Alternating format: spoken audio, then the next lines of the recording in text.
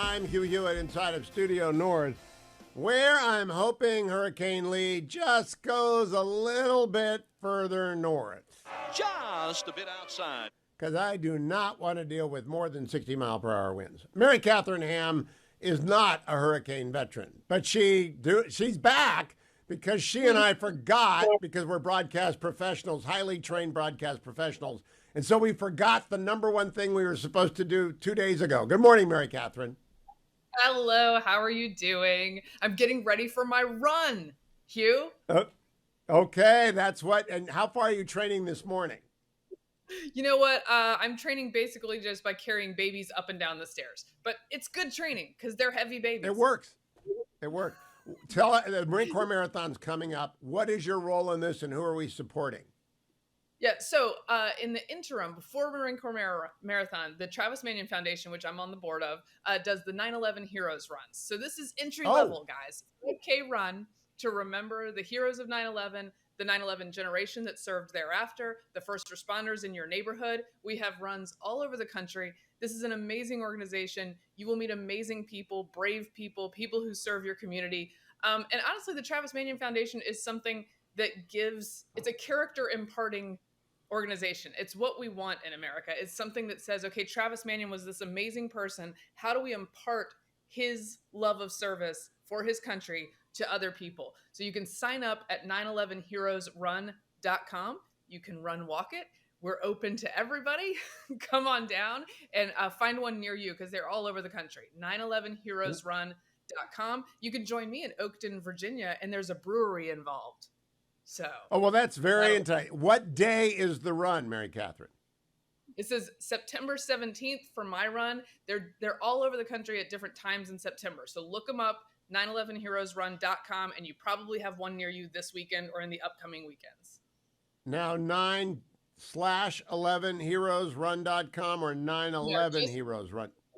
Just 911heroesrun.com. Hit register today and you will find it on the map for you to come join us. And you will never be rid of us, but you won't want to be because they're lovely people and you're meeting all the people who serve in your community and you're bringing people together. You know, we have this problem in this country where the military is often too disconnected from the civilians.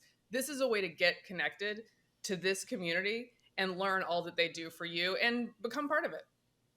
Now, as highly trained broadcast professionals, Mary Katherine Ham, we know that you can't say the URL enough, right? So it's 911heroesrun.com. 911heroes run.com. All one word. Spell it out for the Steelers fans. 911heroesrun.com, right? That's right. Join us. You can do a 5K. I know you can. Don't be scared. Now, Mary Katherine, I was texting last night with our mutual friend, the remarkable Guy Benson.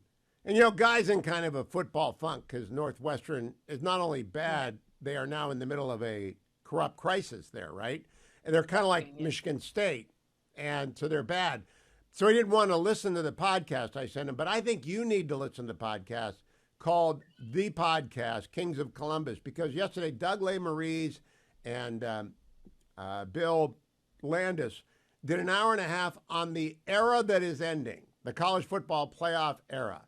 And do you know who won that era just based on records and appearances and generally maintaining your level of performance? You know which team started strong and is finishing strong and is not falling off of a cliff? I mean, I'm going to go against my own interest says Georgia, but my stats maybe say Alabama. I don't know. No, Alabama has fallen off the cliff. If you did not notice last week's collapse against Texas, it's the Ohio State University. Clemson and Alabama have fallen off cliffs. Georgia is rising, but they were not around for the first 7 years. They've dominated the last two, but this is the last year. And throughout Ohio State, now, it's the Ohio State University. The Ohio State University. Why did I not know that? Now, the thing that is interesting about this, and it affects you as a Georgia fan, Doug and Bill posed the question. It's a great podcast. It's like your podcast. It's got nothing to do with politics. I love this podcast because it's a diversion, and he's got such range. Doug LeMarise ought to have a national show. He ought to be on ESPN radio.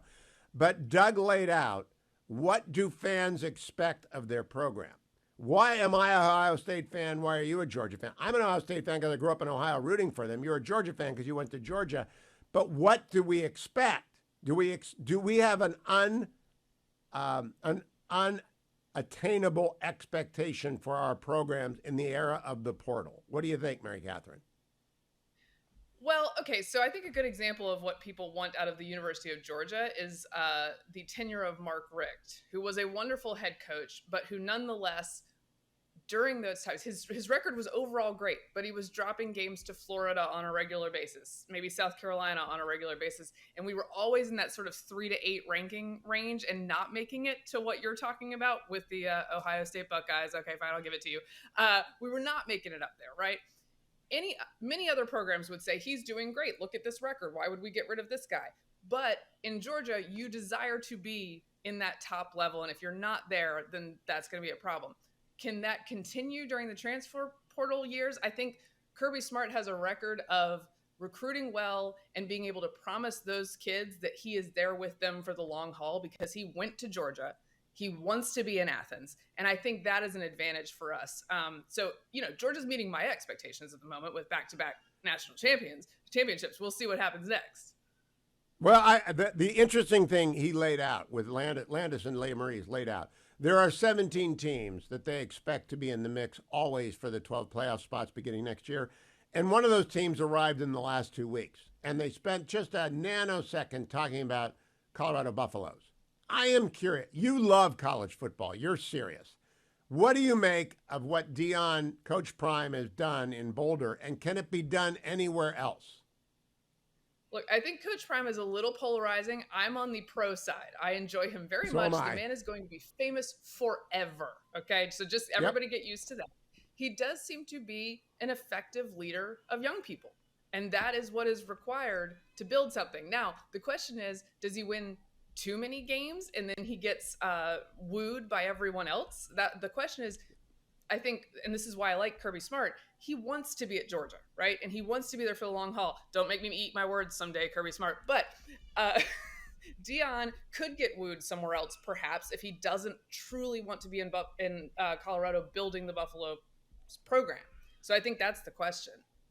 Is there Kirby Smart ain't going anywhere? Ryan Day's not going anywhere. I don't think Harbaugh's going anywhere.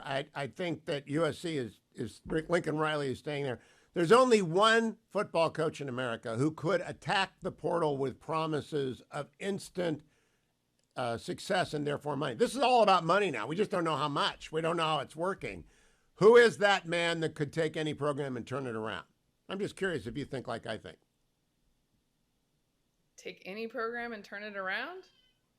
I mean, yeah, we're just on talking the virtue of their name. I don't know. You tell me.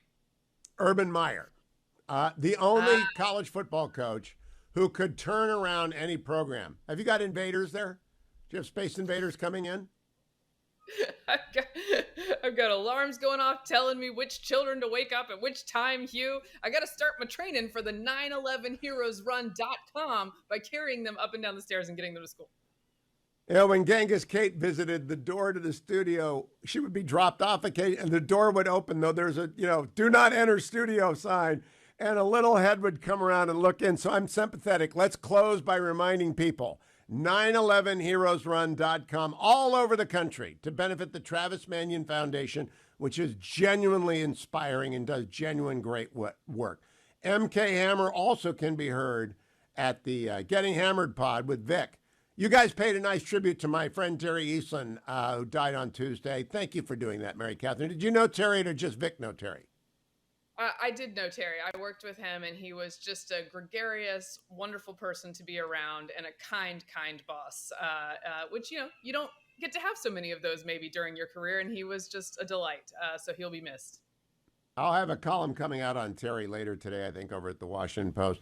911heroesrun.com. Go figure out which of the munchkins are running around and looting the refrigerator.